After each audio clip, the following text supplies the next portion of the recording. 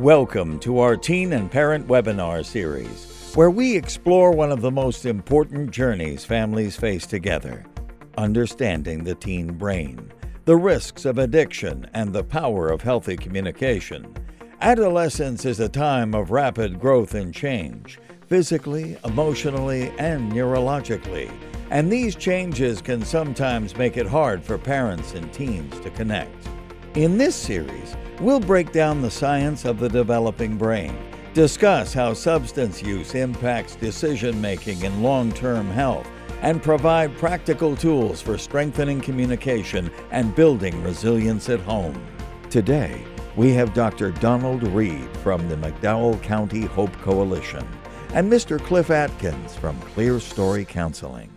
Okay, good morning. I'm Dr. Donald Reed with the McDowell County Hope Coalition, and we are going to start our series of conversations with Mr. Therapist. And our topic today is understanding today's teen brain, and our speaker is Mr. Cliff Atkins, who is a licensed professional counselor, actually in Beckley, West Virginia. Mr. Atkins, thank you for joining us today.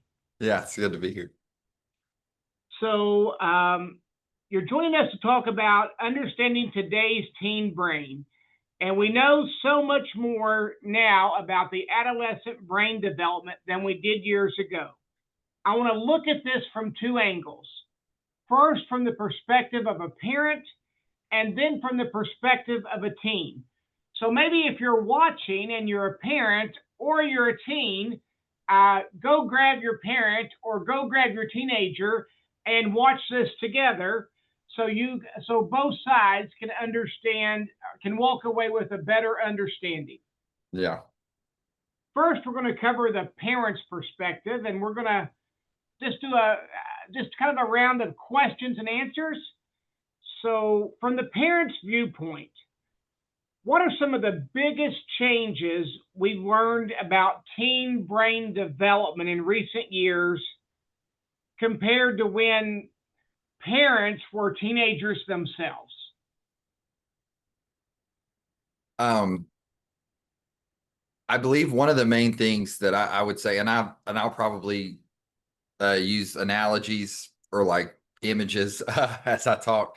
The brain's development is the same, but what is different are the outside factors that affect the brain development now. So, for example, or not for example, what is happening in a teenager's brain is the amygdala, which is the part that focuses on fear, memories, acceptance, rejection. All of that is stronger, is the strongest part that's active. The prefrontal cortex, and this is all like big words, which is the problem solving part of their brain, is the last to be developed. And that's all of us. That was all of us when we were teenagers. The fear part and the emotional part of our brain is heightened, and the reward system part of our brain is heightened, and the problem solving part is not caught up yet. So that's everybody. So the analogy that I would give is, imagine, so everybody at the age of 16 starts driving.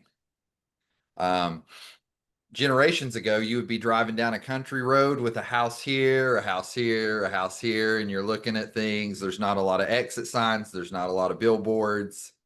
And as years have gone on progressively, now kids are basically driving through the Vegas Strip, and every light and sign and building is informing them of how they should drive. So while our brains were the same as theirs, we didn't have all of the outside input. We may have had our parents or our grandparents or family members or a church youth group or friends at school. But when you left that youth group, their influence stopped. You didn't hear them anymore. When you left your parents, you didn't hear them. You could shut it off and go into a new atmosphere. Now with phones, with social media, they hear that influence continuously. It never shuts off. So there's just constant input along with the drop in the problem solving part isn't there. So That's that's a the great, big difference. yeah, that's a great analogy. Um, the difference of, sometimes drive that country road versus the Vegas Strip, of the thought of outside influences, and I would say constant influences. Mm-hmm. So the next question, how does this development stage affect decision making? You kind of alluded to that, especially when it comes to risk taking or giving in to peer pressure. One thing that we've learned is that when we're rejected, and this is anybody, when we're rejected, the part that fires up in our brain is the same location, the same spot as when we feel physical pain. So being rejected is extremely uh, hurtful. And that's at any point in our lives, right? So when you're a teenager, that's just as high. You have hormones coursing through you at a rate that you've not had yet. You want to be accepted, you want to belong. Information is coming at you so fast.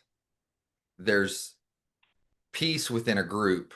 A group, when we join groups give us rules, they give us identity, they tell us how to act, which is a relief of sorts. Like, it's especially when you're trying to figure things out so fast, like a teenager does. If you can get accepted into a group, they'll tell you what to do. They'll tell you how to act, what to do, what to say. And so when you do that and you're accepted into the group, well, maybe that group's rules run opposite of the way you were raised or what you were taught. And now you're in this predicament of, am I going to just kind of give in and compromise and go with the group, or am I going to risk feeling that pain of rejection and possibly being kicked out of the group and starting back at the beginning and having to rebuild myself?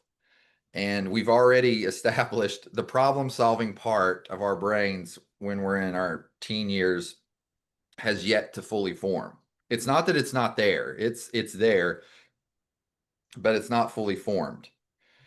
And so peer pressure, risk taking, that they're trying to figure things out, and again, being accepted and given that identity is a huge reward.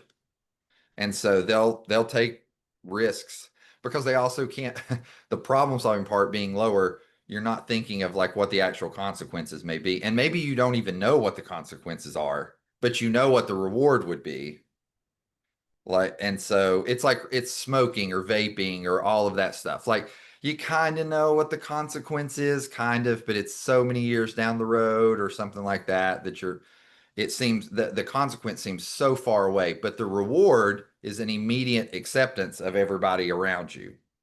And so they're more like, you could be more likely to take that risk. I really liked how you brought out about, these established groups kind of give us that safe space of how to act and react, and the rules are already there. And sometimes as parents, we forget that we actually have those groups ourselves, just on a different level, be that the Lions Club or the Homemakers Club or even church.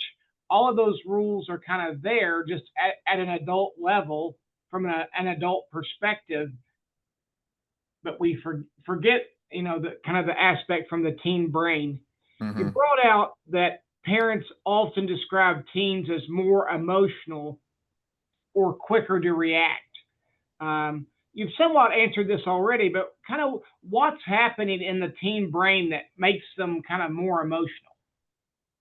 It's the part of that we're just as emotional. However, an adult has the problem solving part of their brain that says, you know what? Punching a brick wall isn't very smart. No matter how much energy it gets out, I'm going to, go privately into my room and pout or throw a tantrum. Whereas the teenage brain is just like, I have all this energy and all this emotion. I don't know what to do. And I used to tell students all the time when I was in the school system, you'd see kids walking around, boys mostly, with like bandaged hands. And I'd be like, what happened? They'd be like, I hit a locker, I punched the wall, and I'm like, ooh, what's the wall look like? You know, what's the wall look like? The wall wins 100 times out of 100. It's but they don't, the problem solving part is truly what's missing in that emotional part. And they're getting a overload of hormones. That's very true. The fear is heightened because they want to be accepted so bad, and they're again getting all this input. But all of that would be far less severe, especially to us as adults, if the problem solving part was fully developed.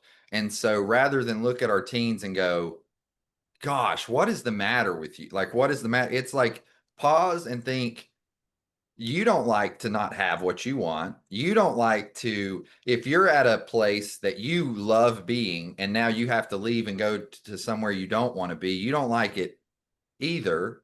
You don't like it when maybe your boss gives you a task that you don't want to do, but you wait until they leave your presence before you start, talk. We find other ways to handle it.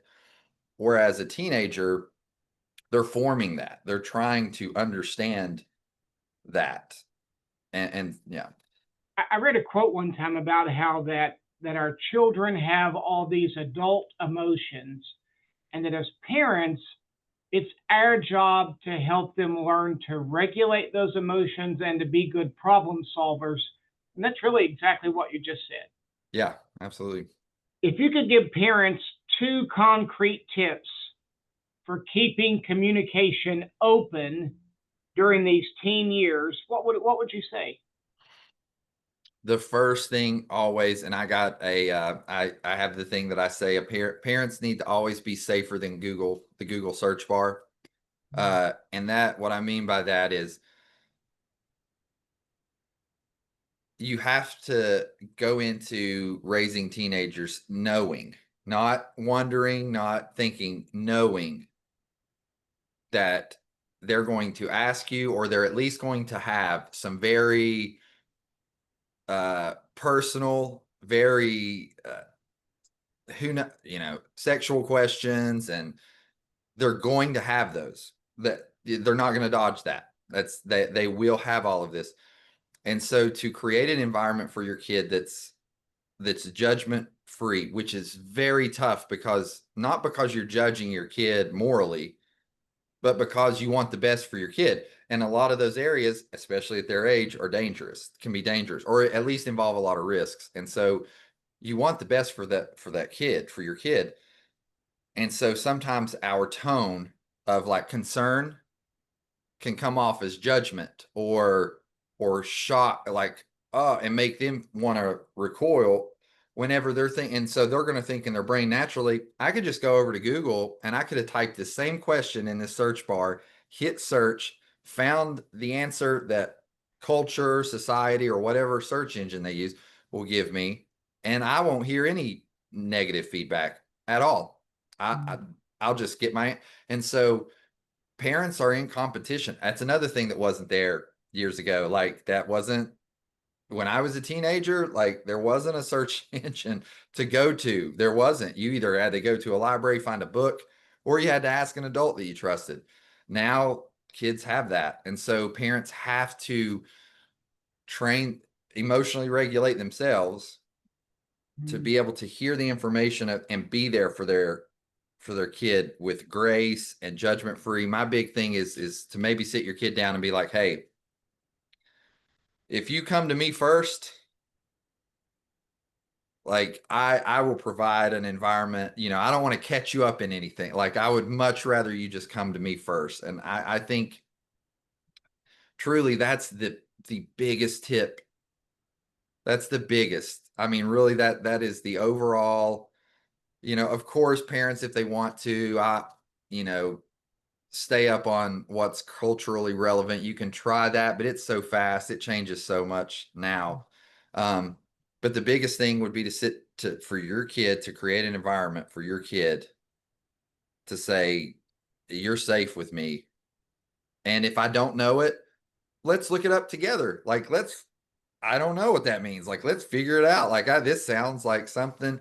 And, and when it's gross or when it's weird to you, but it's not weird to them, that doesn't mean they're bad. It doesn't mean that they're wrong. It just means maybe that it doesn't hit them the way it hits you, and you all can laugh together and be like, oh my gosh, that's wild. Like, and share stories. It's easy to say as a parent that you're your kid's safe space. It's harder to put that into action. Yeah, and it's risky. Yeah. It's very risky because your impulse is to want to give advice and give guidance and structure immediately, when your kid may just be needing a conversation. They may not be asking for advice, and that's tough. That's a really tough. And that's where I would say as a parent to them, do you want any advice in this? Like, I have some wisdom in this area. I have some understanding of this. Would you mind, like, and I know it's like, oh, that's giving the kid control. That's not what I'm saying is you're paving a smoother road for you to give your kid information. And if your kid, which more than likely, if they trust you enough to come to you with that question, they're going to say, yeah, like what have you had? What do you know about this? Now they're open. They've told you, yes, tell me what you want. I'm interested. And so now that everything you say is actually going to be received, rather than just spouting out information to them that they didn't ask for and they may not want. So let's flip the script, and from a teen's perspective, if you could tell every teen one important fact about how their brain works, what would it be? To be aware that right now in your stage of development, fear and your emotions and your desire to be accepted is a lot higher than your problem solving skills. And that's not a slight, that's every single one of us were there. And because of that, when you're put in those risky positions, or whenever you're considering things, rather than believing you know it all, rather than believing you have all the information, maybe go to someone that you trust. And I would say to a kid, if you don't have a person like that, start trying to come up with a teacher or a counselor or principal or someone in your youth group or club or family that you trust, that you can bounce ideas off of. Again, not because you're dumb or because, you're to this or to that. It's just, you have to be aware that that problem solving part just isn't developed yet, but it's developing. And so I would just be mindful of that. Like, maybe I don't have all the information and I should go to someone to make sure. A lot of teens feel like adults just don't understand what they're going through. From a brain's point of view, why might that be? I think that we don't understand. I think they're right. I think teenagers are right. I believe we want to assume, just like they do, that we have all the information and that we know all the things, but we don't. Like, I have no idea what it's like to have social media in my life, my whole life. I have no idea. I only was able to compare myself to my classmates. That's it. Whenever I called my friends to go hang out and they didn't answer their landline phone, I had no idea what they were doing. I couldn't log on to social media and see them posting stories about hanging out with my other friends and how they were all hanging out, but I was sitting at home and didn't get an invite. I didn't, at Christmas time or birthdays or whenever you got gifts, you would have to wait till you got to school to talk about it.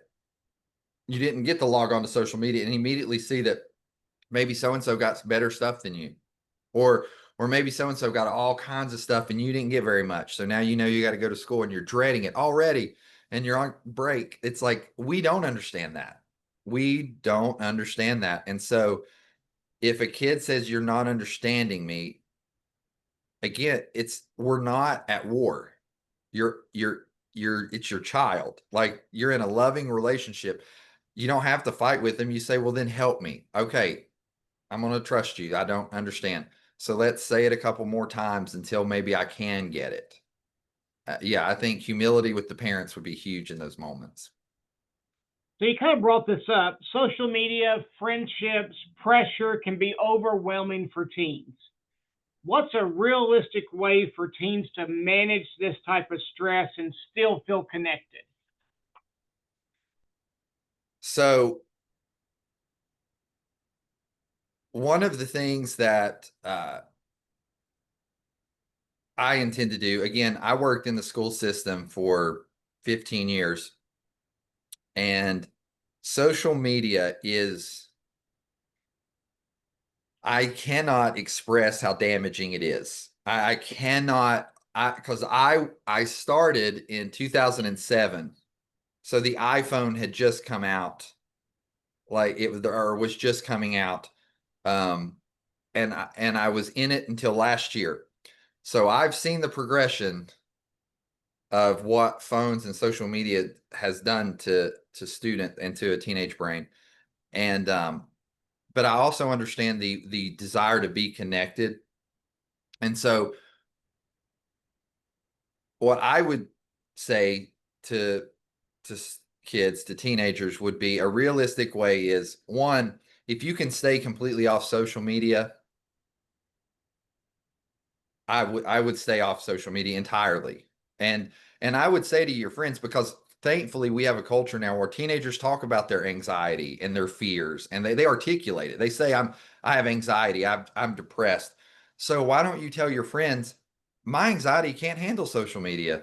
I I tell people that for myself all the time. I tell people all the time, if I didn't have a business, there's no way I would be on social media. I can't, I'm an adult counselor that cannot handle social media. I can't handle seeing what everybody has and what everyone thinks about this political person, this spiritual position, this, I can't, my brain cannot handle all that. So I would tell teenagers, it's not bad to say. You're actually growing up in a world where you can say that. And people go, wow, that's so brave of you. That's awesome. That takes a lot of self-control. That takes a lot of strength. So that would be my overall view. But if that's unrealistic, well, I'm going to fall behind. I'm not going to know what that is. I would tell your friends, hey, save some videos that you think are funny, that you watch and that you like on TikTok or Instagram or wherever else, Snapchat. And when we FaceTime tonight, can I watch them with you? Can we screen share and let me watch them with you? That's my plan. I have a I have a 4-year-old. I'm going to start very young telling him, I'm sorry. I know this may create some social distance between you and classmates. I can't give you a computer. Not when you're young. I can't do that. That's all the research. There's no research that's in favor of it. But what I will say to him is, I don't want you to lose touch with your friends. So for 30 minutes each night, we'll sit down together and we'll watch stupid videos and we'll watch what's going on in the world together. Like, we'll do that together, because I don't want you to fall so far behind that you're out of touch and all that. I don't. And so that's what I would say. It's boundaries with social media is what is the most important. So for teens who want more freedom and independence, but they also want to maintain their parents' trust, what advice do you have there? Honesty, immediate honesty. That's the only way we build trust. I don't trust somebody whenever they tell me something amazing about themselves. That's, yeah, I would brag. I would tell anybody about my accomplishments. That's sure. But it's my faults that I'm more reserved. And if somebody's confessing what they've done, you can, your trust for them grows. you're like, wow, this person's being real. That's the key word, real. And so with your parents, you may want to give them a heads up, to say, hey, what I'm about to say may throw you, but I just need your help. Like, I'm coming to you because I'm your kid. I just need help. Like, I need your love right now. I need a hug, or I need a place to land, but I'm struggling with this. Like, I feel like I don't know how to deal with this. Like, I have crazy thoughts, or I have these strong emotions. I don't know what to do right now. I think that's how you build trust. Being caught just damages trust pretty significantly. That is the big thing. Being caught and lying are, I mean, you can't engage in those and expect your parents to trust you. And so I would look for any small area that I could, almost like building credit. I mean, when you're a kid, you're like, okay, your parents will sit down. I want you to build credit for when you're older.